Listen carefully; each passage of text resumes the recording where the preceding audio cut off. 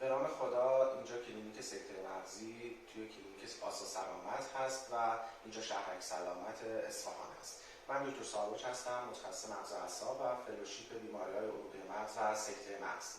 توی درمانگاه ما سعی شده بهترین وسایل و جدیدترین وسایل و بروزترین وسایل فراهم بشه تا بتونیم بهترین خدمت رو به بیماران انجام بدیم.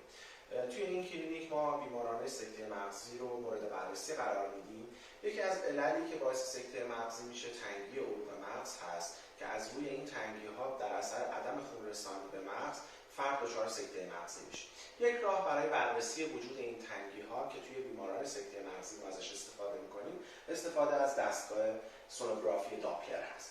توی دستگاه سونوگرافی داپلر با پروب‌های مخصوصی که ما داریم، عروق گردن، عروق مغز رو مورد بررسی قرار میدیم و اگر تنگی پیدا کردیم یا زایه عروقی پیدا کردیم، اون رو مورد بررسی قرار میدیم و درمان میکنیم.